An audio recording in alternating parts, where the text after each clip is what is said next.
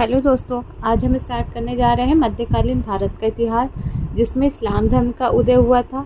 इस्लाम धर्म का जब उदय हुआ था तो जिसकी शुरुआत उन्होंने की थी वो थे मोहम्मद साहब जी। मोहम्मद साहब जी की जो प्रमुख ग्रंथ थी उसका नाम था कुरान।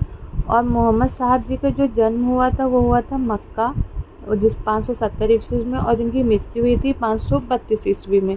और मोहम्मद साहब के जो उत्तराधिकारी थे उनका नाम क्या था? खलीफा। मोहम्मद साहब जी की जब मृत्यु हुई थी उसके बाद जो इस्लाम धर्म था उसको दो भागों में बांट दिया गया, जिसमें पहला था शिया और दूसरा था सुन्नी। ठीक है, शिया में क्या होता था, जो खलीफा मोहम्मद साहिब के जो रिश्तेदार होते थे वो होने चाहिए होते, जिनको कहा जाता था अली। और सुन्नी, जिसमें इस्लाम धर्म का उपयुक्त अनुयायी खलीफा बन सकता था, जिसमें पहले पैगंबर जो थे अबू बकर थे। ठीक है, और मक्का से जो मदीना की दूरी होती है वो 280 मील होती है। ये बहुत ज़्यादा इंपॉर्टेंट क्वेश्चन है। ठीक है, दिन में जो नमाज वहाँ पे उस समय पढ़ी जाने के लिए कहा गया था, जो अभी भी है फिलहाल प्रेजेंट टाइम में, वो था 5 बार। ठीक है, मोहम्मद साहब जी की जो शिक्षाएं थी वो ऐसे तो बहुत सारी हैं, लेकिन जो मोस्टली जो क्वेश्चन पेपर में आता है या नॉर्मली जो ज़्यादा इम्पोर्टेंट है वो है 5, जिसमें पहली थी कलमा, दूसरा है नमाज, तीसरा है रमज़ान, चौथा है ज़कात और पाँचवा है हज। और कलमा क्या होता था? अल्लाह एक है और मोहम्मद साहब पैगंबर हैं। ठीक है, दूसरा क्या था? दिन में 5 बार नमाज पढ़ना। तीसरा क्या था? व्रत रखना।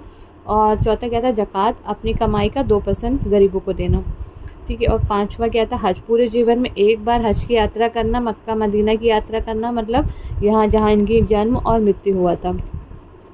जब ये इस्लाम धर्म की शुरुआत हो चुकी थी उसके बाद जब पहला आक्रमण भारत पर जो मुस्लिम आक्रमण हुआ था वो 2 हुए थे। पहला तो था अरब का आक्रमण और दूसरा था तुर्की का आक्रमण।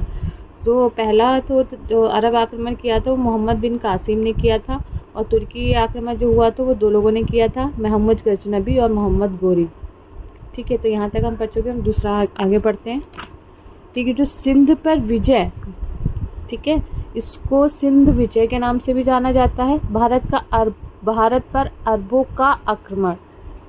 ठीक है, इसमें एक छोटा सा नक्शा बनाया है जहाँ पे सिंध है।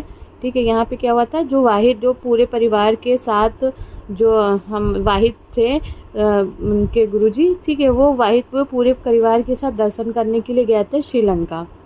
ठीक है, जहाँ पे श्रीलंका में मोहम्मद साहब के पैरों के निशान, जो जहाँ से, क्योंकि वो गए थे वाहिद साहब जी, ठीक है, तो वहाँ से जो उनका जो जहाँ से वो गए थे उनको बोला जाता है मोहम्मद जी के पैरों के निशान थे श्रीलंका में।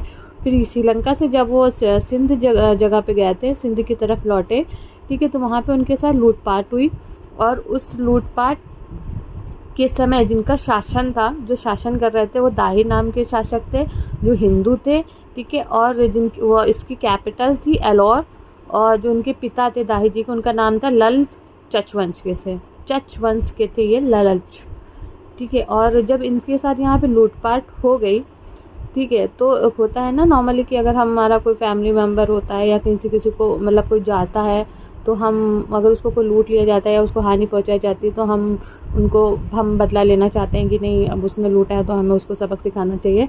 तो जो सिंध जगह पे लूटपाट हुई थी, तो जो खलीफा थे, ठीक है, उन्होंने इराक के गवर्नर को आदेश दिया कि सिंध को जीत कर लाओ, जाओ और सिंध को जीत के लाओ। अब ऐसे स्टोरी टाइप आप पढ़ोगे तो आपको ज़्यादा समझ में आएगा।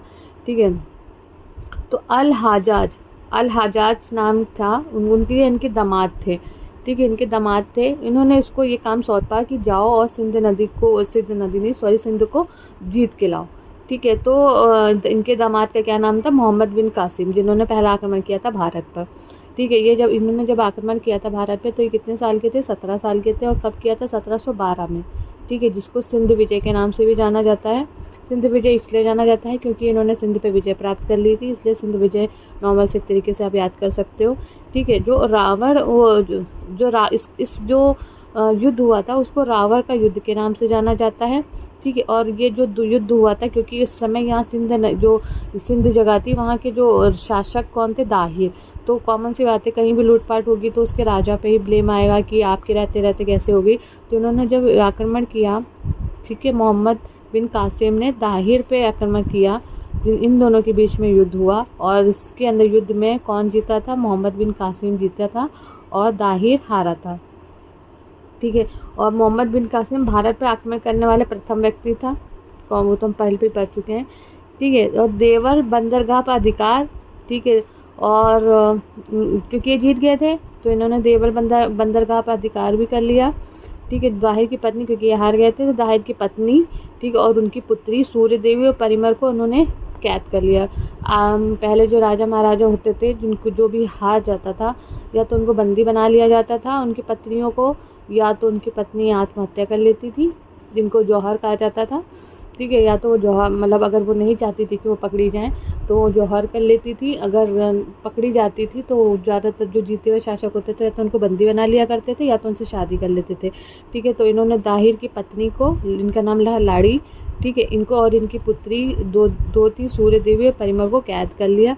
और जब कैद करने के बाद इन्होंने एक काम क्या किया कि इन्होंने उनके साथ गलत व्यवहार किया होगा, कुछ मतलब कुछ आपत्तिजनक चीज़ें उनके साथ करी होंगी, तो उनके ऊपर जो आरोप लगाया था सूर्य देवी उनकी पुत्री ने, कि उन्होंने हमारे साथ कुछ दुराचार किया, गलत करा, दुराचार करने का उन पर आरोप लगाया। और जब ये आरोप सिद्ध हुआ तो क्योंकि मुस्लिम धर्म में ये चीज़ें नहीं थी, नापाक चीज़ें मानी जाती थी, बहुत बड़ा गलत चीज़ थी किसी लड़की के आबरू को मतलब लूटना, और आज भी वही चीज़ है। ठीक है। तो उनको आरोप में जब सिद्ध हुआ आरोप तो उनको क्या दिया गया, मृत्यु दंड। ठीक है। तो सिंध विजय का भारत पर प्रभाव, उनका जो सिंध विजय हो गई थी जब वो जीत चुके थे तो उनका भारत पर जो प्रभाव पड़ा था वो क्या पड़ा था, भारत में दिरहम, सिक्का, खजूर की खेती एवं ऊँट पालना। उसके बाद क्या हुआ, उन्होंने भारत में दिरहम का सिक्का चलाया, ठीक है, और खजूर की खेती करी, ठीक है, और ऊँट को पाला। और इस्लाम, क्योंकि ऊँट ज़्यादातर ये देखिए मुस्लिम मतलब अरब एरिया में पाला जाता है ज़्यादातर, ठीक है, और खजूर की खेती और इस्लाम के 4 सिंध पर लागू किए गए। कौन कौन से 4 किए गए थे, जजिया कर किया गया था, ठीक है, और ज़कात कर किया गया था, मुस्लिम खम्स किया गया था, खिराज किया गया था, उस्र किया गया था।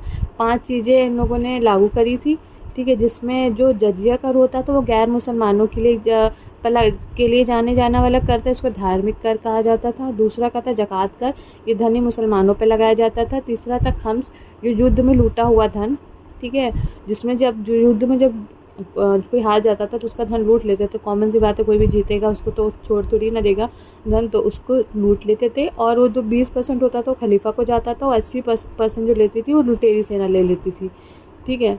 तो और खिराज मतलब होता था भूमि कर, वो केवल हिंदुओं पे लगाया जाता था, ठीक है। उस्र क्या होता था, भूमि कर, मुसलमान मतलब उस्र कर होता था, तो आधा देना पड़ता था मुसलमानों को, ठीक है। जजिया कर से निम्नलिखित लोगों को मुक्त रखा गया था। जो जजिया कर हुआ था, ठीक है, पहला वाला जो कर लगाया गया था, उसमें बच्चे, बूढ़े, औरतों, विकलांग और ब्राह्मण, इन 5 लोगों को मुक्त किया गया था कि उन्हें कुछ भी नहीं देना है।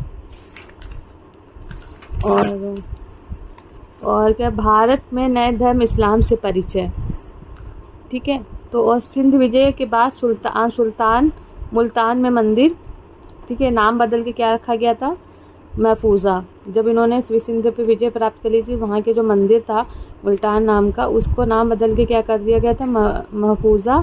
जो था वो सोने का मंदिर था। 5वां क्या किया गया था, जो भारतीय जो अंकमाला थी अनुवादित, जो 1 2 3 4, उसका क्या नाम दिया, अनुवादित करके क्या नाम दिया गया था, हिंसा।